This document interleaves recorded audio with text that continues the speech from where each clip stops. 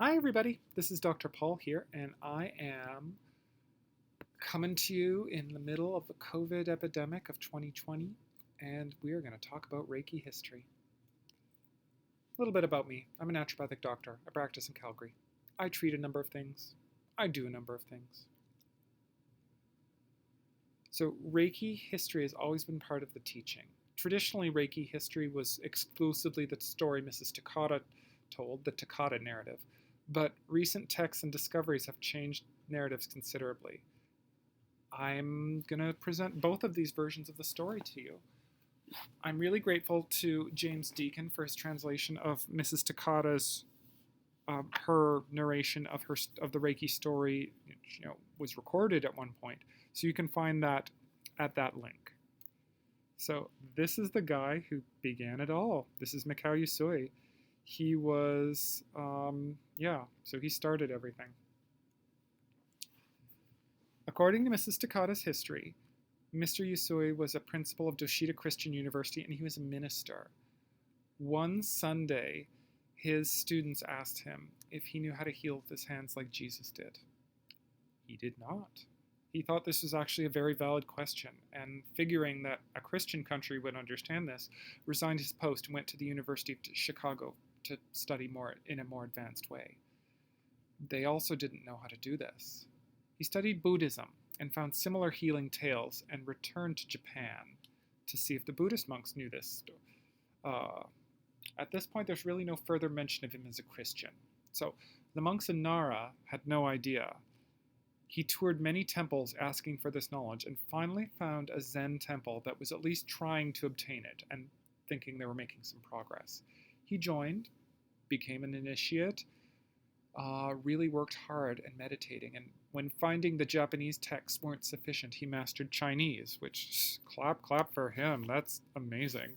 And then finding the Chinese texts were actually Sanskrit translations of the Sanskrit text, learned Sanskrit. Like, oh my god, that's amazing. In the Sanskrit text, he found a formula, but he could not use it. It was not activated in his energetic field.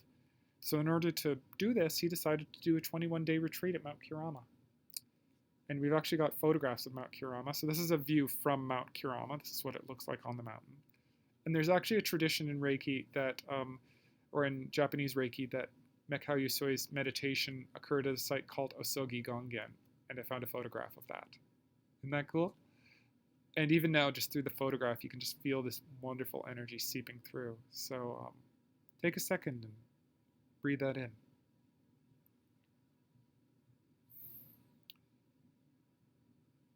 So just before dawn of the 22nd day, he ended his meditation and he saw a light in the sky moving towards him. He decided to accept it, even if it cost him his life.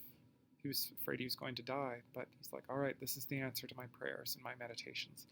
The light struck him in the forehead and he fell backwards. He had a vision. He saw millions of tiny little rainbow bubbles. And then a great white screen appeared in his vision and showed him the Sanskrit symbols that he'd studied. He then woke up from his vision and experienced the 4 miracles of Reiki. First miracle being, after a 21-day fast and meditation, he awoke completely refreshed. This is quite unusual for a long fast. While walking down the mountain, he stubbed his toe and quite badly there's quite a bit of bleeding and flesh tearing.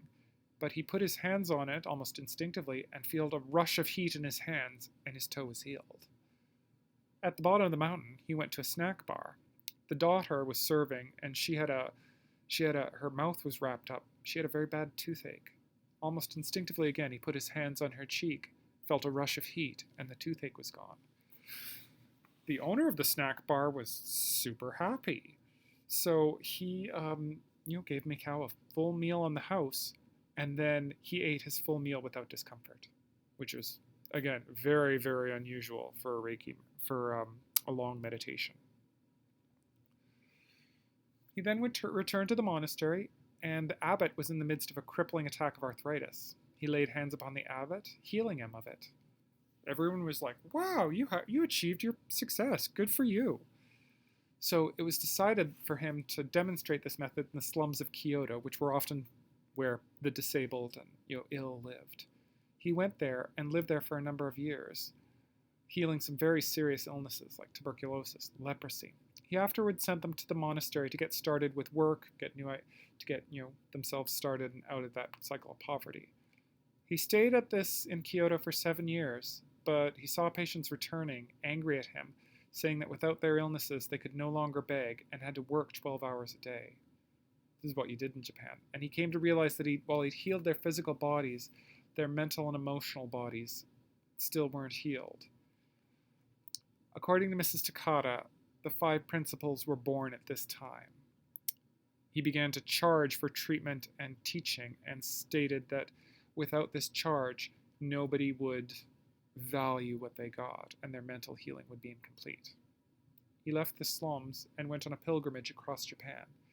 He's quite famous for carrying a torch in daylight, saying that he wanted to find people who needed light in their lives. He lectured on his system and eventually taught about 2,000 people, initiated 11 what we would today call Reiki teachers or Reiki masters, one of whom was Chujiro Hayashi, a naval officer. Mikao died of a stroke in 1926. Now, Mrs. Takata claims that Chujiro Hayashi did not change the system at all. It's probably not true, but I think he told her that.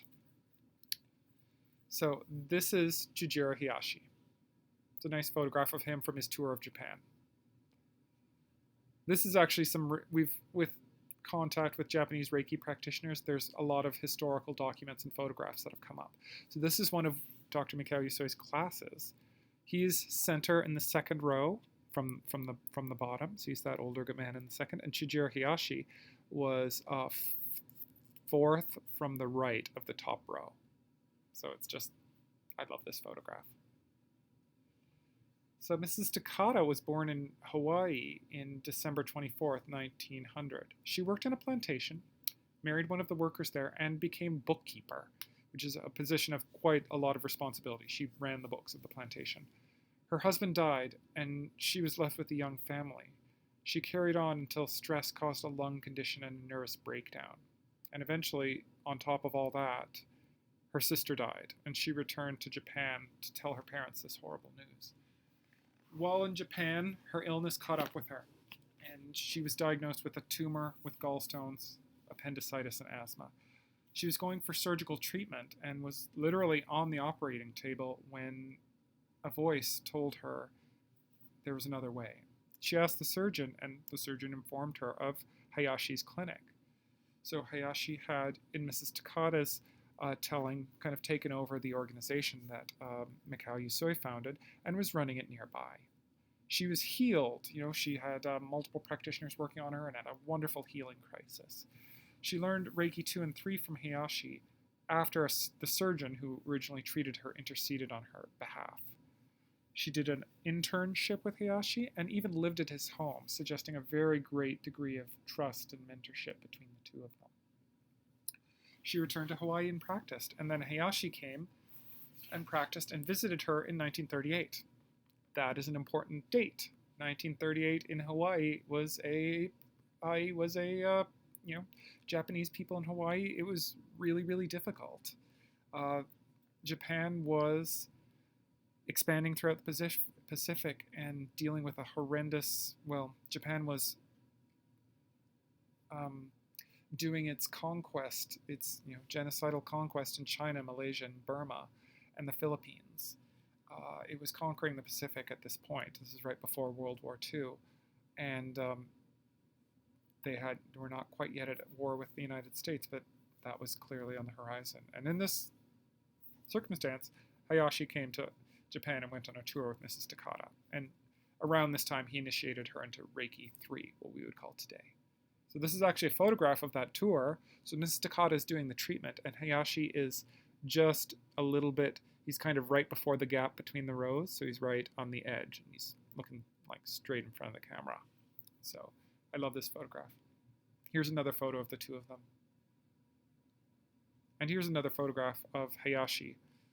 He's, let's see, I think he's top center.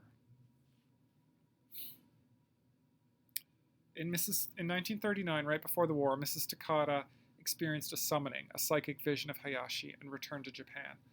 Due to his trip, He was suspected of espionage. Rather than face trial, he decided to transition.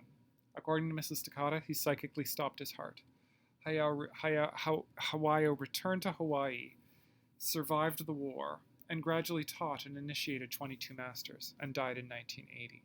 It was assumed that Reiki went extinct in Japan. So this is a nice photograph of Mrs. Takata in her later life.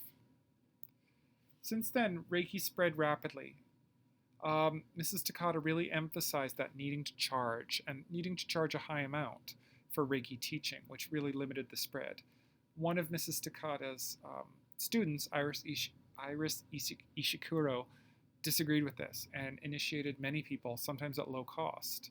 She is the Reiki master who most modern teachers derive their lineage from. So her masters also taught people free of charge, and Reiki spread wonderfully rapidly. Gradually, it was assumed Reiki contact was made with Reiki organizations in Japan, and both the Hayashi and the Usui Reiki organizations survived. Chijiro Hayashi apparently split from the original one, and his organization survived, and both of them did. Translations of the texts were made and are very freely available. So we can look back now with this historical context, and Mrs. Takata's history did have a few issues. Usui does not appear to have been a Christian at any point in her life. It may be that she added this in to deal with, life in the United States, to make it more acceptable to Christians in the United States with her system. Hayashi did commit harakiri instead of psychically stopping his heart. Japanese Reiki was a lot more complex and fluid than Mrs. Takata perhaps portrayed it to be, although she did teach almost all of the techniques. She didn't give them the Japanese names, but she did teach them.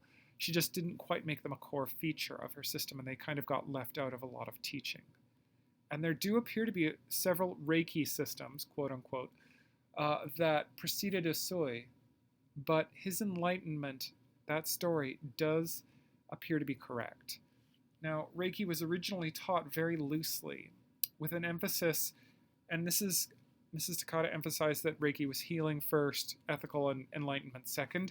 It appears that that was the other way around, that Reiki originally was an ethical system and a system of developmental, of enlightenment and meditation, and particularly on the Reiki precepts, which themselves were a simplified version of the Meiji Emperor's poetry, which we have translated.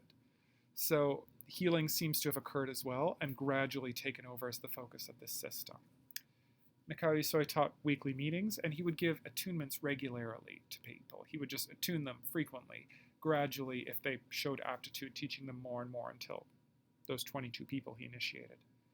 Hayashi seems to have developed a 6-degree system, and then Takata simplified that to 3 degrees, combining the first 4 degrees into Reiki 1, what we call today.